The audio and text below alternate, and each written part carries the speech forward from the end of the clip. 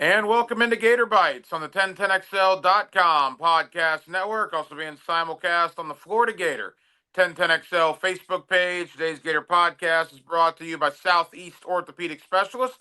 For the highest quality care, you can rely on Southeast Orthopedic Specialist for any orthopedic injury or concern. And be sure to log on to their website, se-ortho.com. With Dylan Denmark, the hacker Ryan Green with you. Back off the bye week in Florida. Tomorrow, hosts Arch Manning and the Texas Longhorns.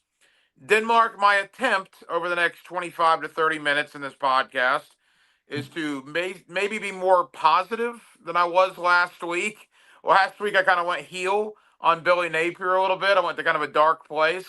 So I will try my best to be more positive and more uplifting getting ready for Texas and Florida tomorrow.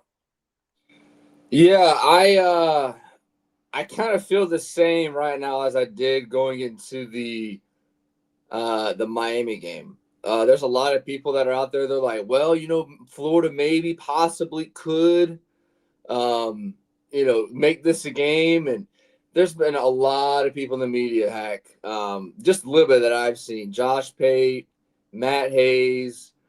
There's a gambling show I listen to regularly with John Middlecoff. They're all like, yeah, I like Florida to win. Or they're like, yeah, I like Florida plus 6.5. And money's coming in on Florida to where the line has moved from 6.5 to 4.5. It's been a great week for quotes.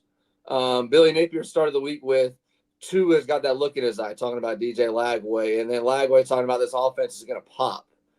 I don't know what he means by pop. If that means you're going to get more than one first down in a first half, if you can get over 150 yards in a game.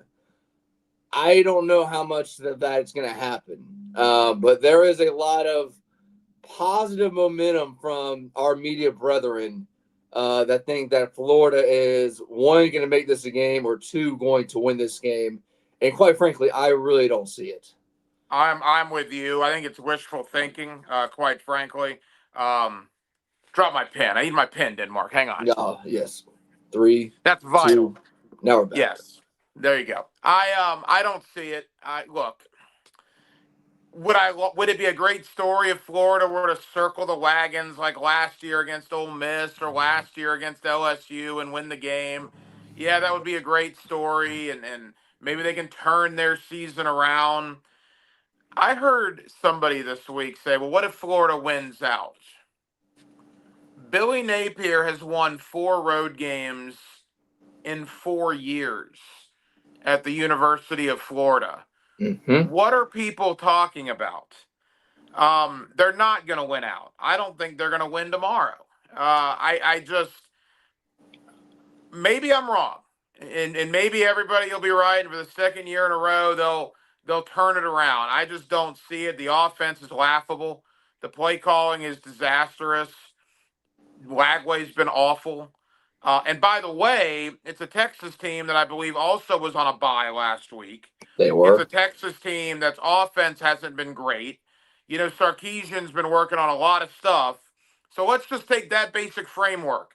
You give Billy Napier 2 weeks with his offense. You give Steve Sarkisian 2 weeks with his offense. Who do you trust more to come out and be more explosive tomorrow in Gainesville? I think that answer is probably I think that answer speaks for itself. Yeah, and another thing too, the injury report came out a couple of days ago. Dallas Wilson will be back for Florida, so that's okay. That's one positive. Which that'll be fun. That'll be fun.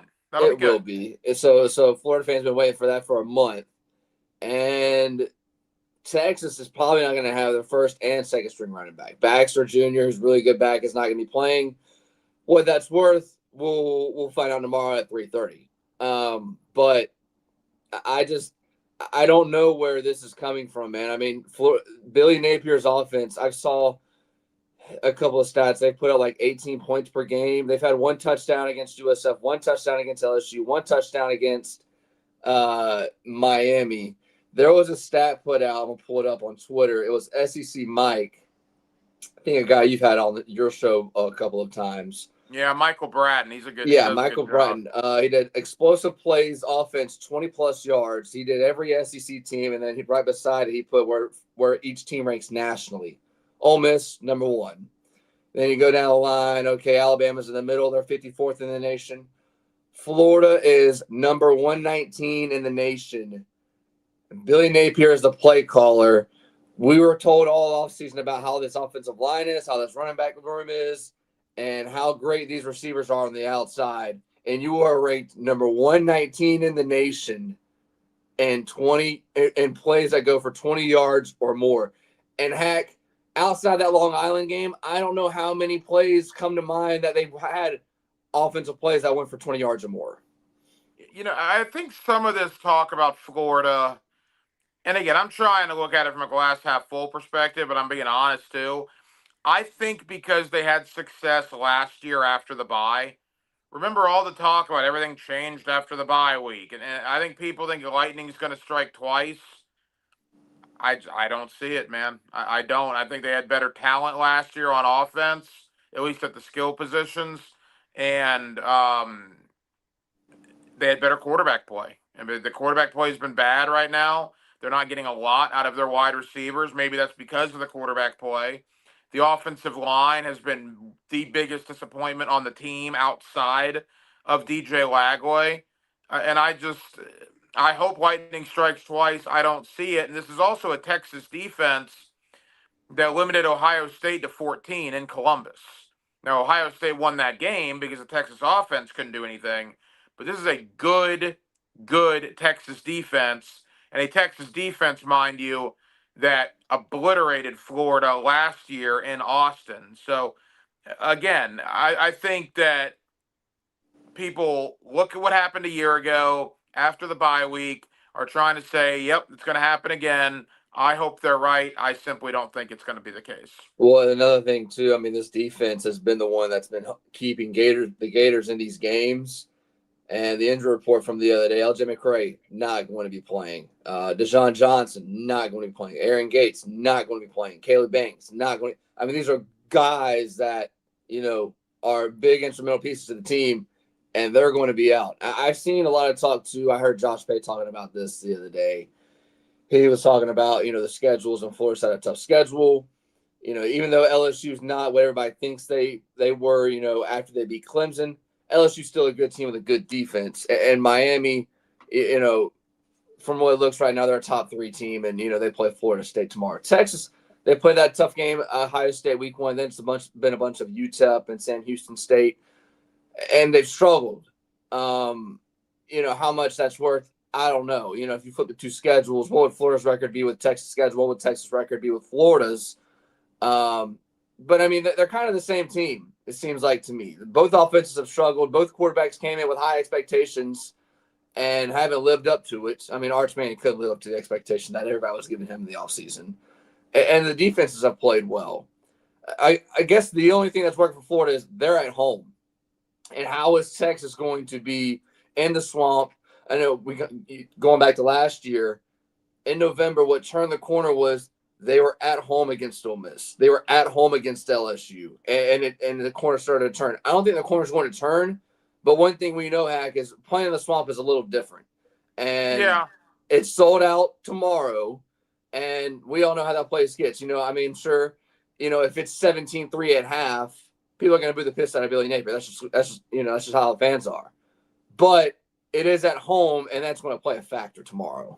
Yeah, it probably will. The one thing Texas has going for it is even though it was a losing effort, it was close. Arch Manning's already been in the horseshoe in Columbus, which is a crazy environment on opening day. So they have some frame of reference as being on the road in a close game in the fourth quarter. I mean, look, ways Florida can win this game. I'm not saying they can't win the game. I don't think they are, but ways they can. Give the ball to Jaden Baugh. It's not difficult. And you're going to have to give it to him a bunch because Jackson's out. So it's going to be Ball's barbecue for the most part tomorrow. I mean, Denmark, I want Ball to have 20 plus carries tomorrow. You If he has should. anything short of 20 carries, I'm going to be very, very frustrated. Yeah, having 6 carries in the first half against I can't remember. It was the LSU and Miami game. He had 10 carries total.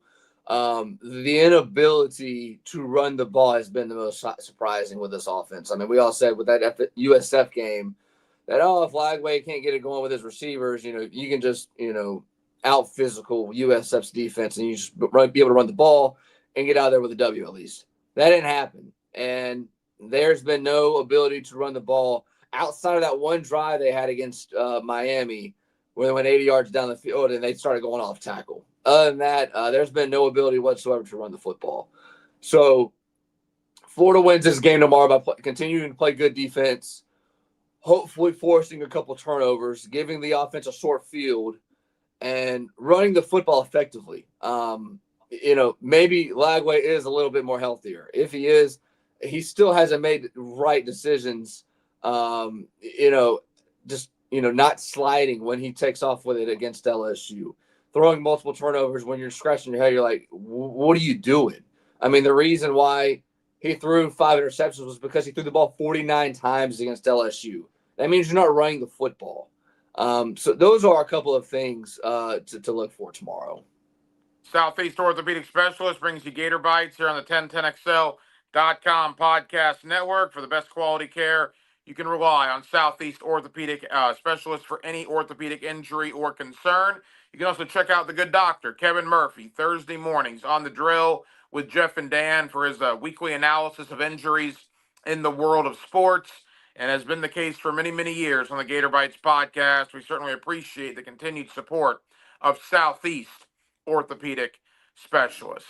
From an Arch Manning, DJ Lagway point of view, pressure on both guys. As you said, both guys came in with so much acclaim, so many accolades. Are both guys living up to it? Absolutely not. In fact, both guys are probably falling under the pressure right now. But for tomorrow's game in particular, going head to head, is there more pressure on Manning or Lagway to turn this thing around obviously on the fan base we know, but nationally, I think both guys have really underachieved. Yeah, I mean, it would have to be Arch Manning because they still have playoff implications. I mean, what's Florida got to play for Yeah. now? I mean, Yeah. Florida's not going to be playing in the SEC title, even though they technically only have one conference loss. Yeah, we're playing for the Citrus Bowl in Orlando. That's what we're playing for. I wouldn't even say it's that good. They're probably, yeah. I don't know what the 6-6 bowl is. You're not good enough to play in the Gator Bowl. Yeah, I mean, Texas still has playoff implications, and they can still, lose a game in this next stretch and still be fine. Florida is playing for, hey, if we don't look terrible, we might keep our coach for another couple weeks. I'll flat out ask you, you're a Gator alum. If Billy Napier wins tomorrow, that'll obviously be good for him. Do Florida fans, Gator alumni, season ticket holders, boosters, they're going to be rooting for Florida, right? I mean, I'm not saying they're not rooting for them. It's in their blood to root for them. But do they want to see Billy Napier get a win tomorrow? I mean, do they passionately want that? They want to see the team win, but here's how it correlates. It correlates to Napier wins tomorrow, possibly Gators getting another win in the next 2 weeks against either Texas A&M or Mississippi State. Which, oh, by the way, I was looking at that explosive plays I was talking about with you, and that wasn't it. I think it was A&M's defense that was bad. I mean, Florida wins 2 of these next 3. He's safe for the time being, and then you win a game or 2 in the month of November. Then I could just so see Scott Strickland saying, well, we're going to keep Napier because Lagway was hurt all in the offseason and yada, yada, yada. And this team was banged up with a bunch of injuries. So we're going to run it back. It's just like, I mean, it's an exact version of how it was last year. How we as Gator fans, we were tired of him after the Texas A&M game after week 3, after the Tennessee game on the road. Florida fans were like, I've had it. I've had enough. And then he goes on the run. He wins tomorrow. I know. I'm just saying this is like an exact implication. I don't think it's going to happen. But you win 2 of these next 3. And you win a game or 2 in November, and it's the same exact thing as what happened a year ago. See, and that's why people think it's going to happen because, well, it happened a year ago. Look, I don't I mean, if people think Florida's going to win, that's your opinion. That's what you're entitled to. And I think most people that believe that are wearing orange and blue goggles and drinking orange and blue Kool-Aid. I like to live in reality. And in reality, if you're looking at this game functionally tomorrow on both sides, as objective as you can, understanding that most people watching us are Gator fans, so it's not objective, and I get that. How can you pick Florida to go on a run? I mean, how honestly, based on what you've seen through 4 games, what gives you the thought process that Florida, based on what you've seen in 2025, can go on a run other than you're just hoping lightning strikes twice from last season? That because the season was awful to start the year a year ago, and Napier was somehow able to keep his troops in and still believe that they had a good football team. Now, I do think it's a lot different this year because there were a lot of injuries last year, and the guys that weren't starting at the beginning of the year were starting at the end of the year. And that was the main reason, specifically on defense and DJ Lagway, was the reason that they were good in the month of November. Okay, I don't know who is on this team this year that guys are hurt right now that are back. As you're saying, okay, yeah, this team is really good, even with the depth on this team. Let's remember back, what is it, 13 days ago. And then remember back 20 days ago. And then remember back 27 days ago. People I think have short-term memory issues. Not you, but just Gator Nation in general. Against Miami, they had 30 yards of total offense in the first half with 1 first down. 1 first down in 2 quarters of football. And then against LSU, as you mentioned, 5 interceptions that Lagway threw.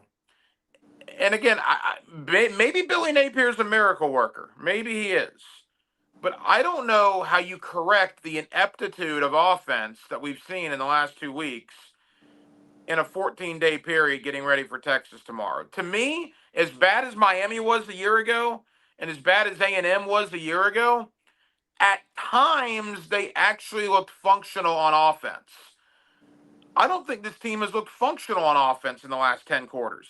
From the second half against South Florida to Baton Rouge to Coral Gables, I mean, outside of maybe a play or two in that entire 10-quarter stretch, this has not looked like a college football offense. And I don't know how people can just snap their fingers and say, "Yep, they're going to come out of it tomorrow." No, it's a lot of wishful thinking that happened from a year ago, putting into this year, and thinking that's going to happen again. I mean, I've kind of gone on the thinking of the mindset of, well, how worse can it get? Well, it's continued to get worse each week. So how low can you go? I don't think that's a fair point.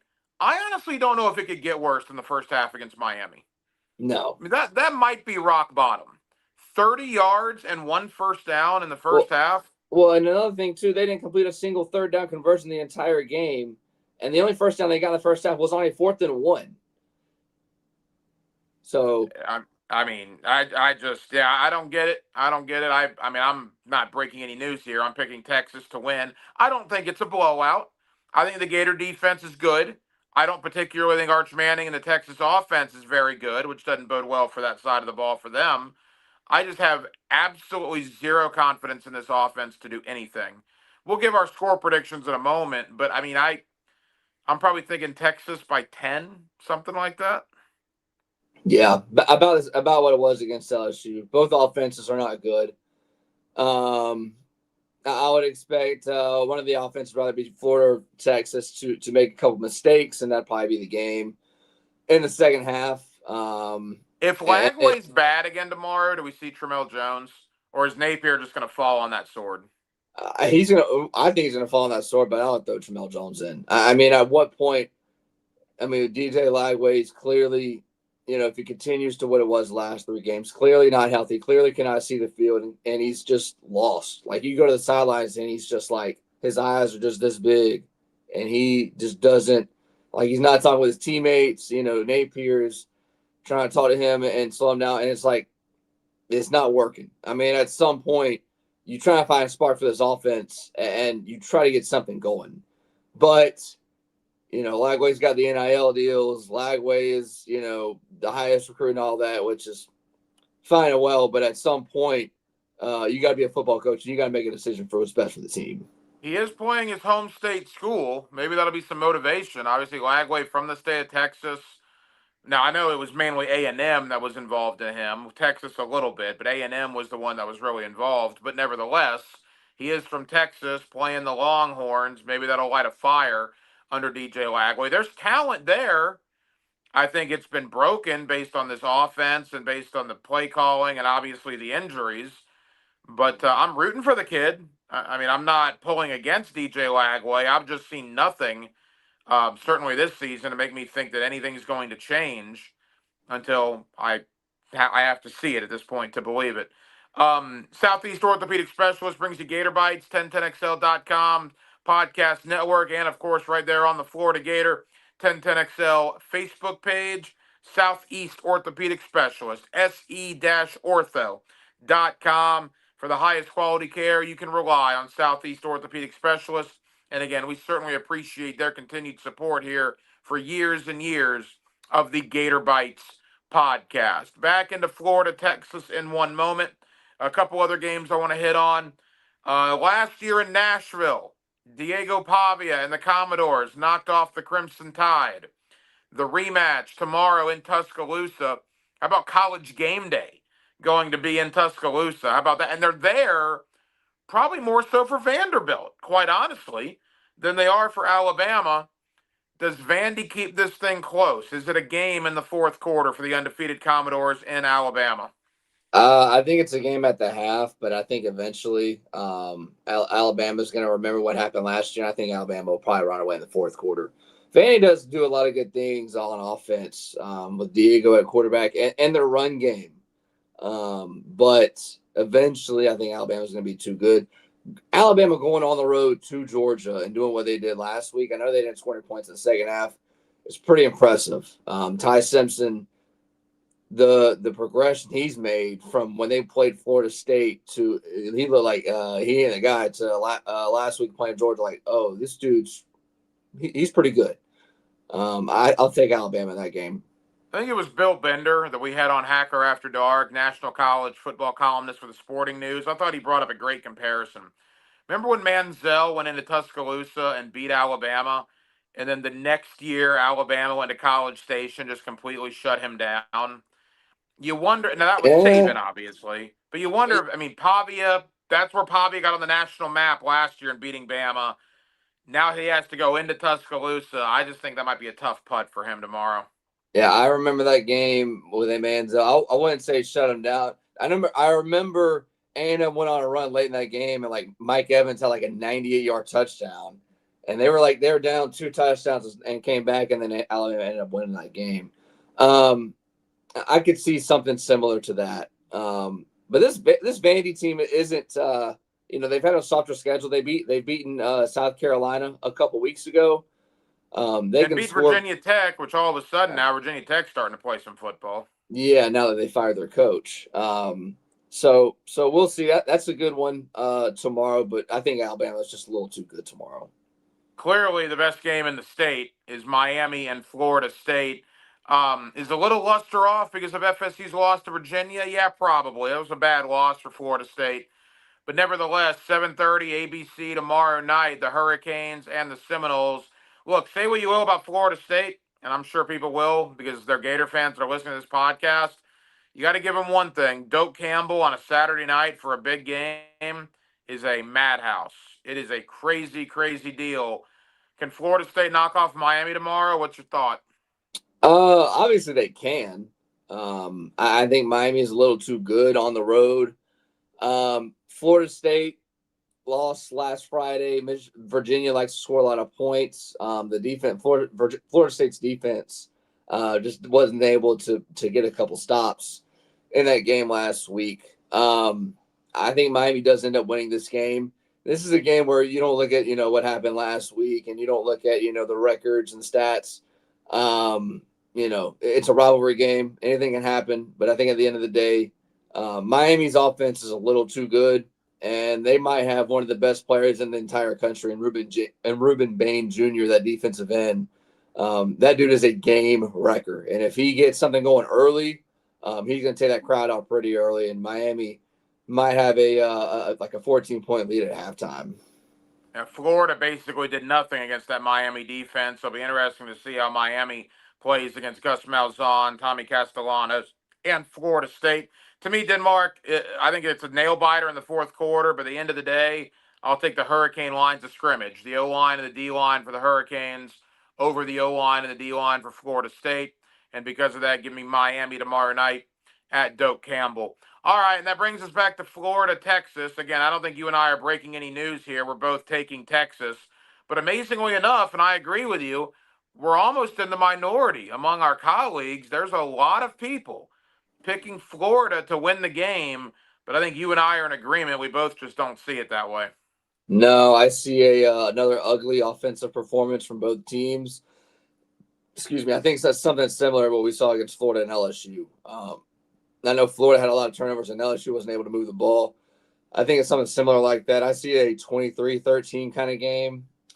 Texas wins the game. Napier's offense has one touchdown. He might squeak out two. It's going to be a lot of the same, what you've seen the previous 3 weeks or previous 3 games, rather. And I think Texas is going to be just a little too good tomorrow. And if they win, man, I just wonder where this goes for the next couple of weeks because, we as Gator Nation the last month, we've buried him and we've said that he's done.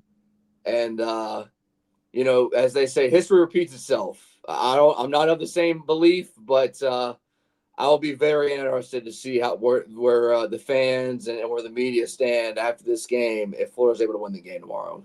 I mean, I don't care if Florida wins 50-0. It's not going to happen, but if they do, that would put him 21-22 overall in 43 games and 11-15 in SEC play. It wouldn't build a whole lot of street cred with me. Again, I like Billy Napier personally, but I don't care if they win the game tomorrow. That might postpone the inevitable, but they would have to go. What they got 7 SEC games left. Well, Mm-hmm. they would have to go 6-1 in their last 7 games to get to 500 in Yeah. conference play through 4 years of Billy Napier's tenure at the University of Florida. Again, I go back to the Miami game. In the land of NIL and the portal and all the money and the resources that are dedicated to Florida football, 30 yards of offense and 1 first down in the first half after a 5 interception performance the week earlier?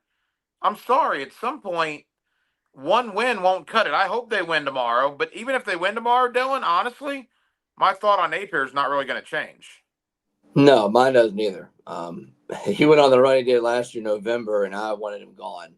And everyone was wanting him to come back, and I'm like, you've seen 3 That's years of fair. this. I will attest to that. You did still want him gone. That's fair. You've had 3 years, and you needed a red hot quarterback, and now you're in year 4. You're the offensive guy, and your offense is downright pathetic. And it's not, you've had talent on your offense the entire 4 year of your tenure. Even year 1, you had Anthony Richardson, Osiris Torrance, Ricky Pearsall, and you had a good pair of tailbacks with Montrell Johnson and ATN.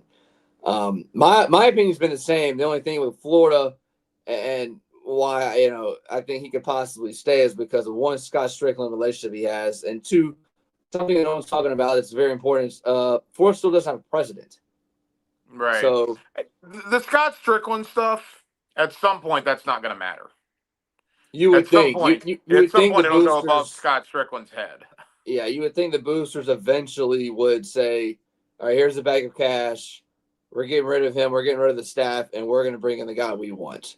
One would Yeah. think, but And we again, still I, have. I hope I hope we're having a conversation because that would mean Florida beats Texas, and then we would go on to Texas A&M, and then we'll see if they can get back to 500 next week. I just don't expect that to be the case. Nevertheless, we will be here next week to preview it. You got a score? I like Florida lose. I like Texas 26-16. I like 23-13 Okay, Texas. so we basically have the same game.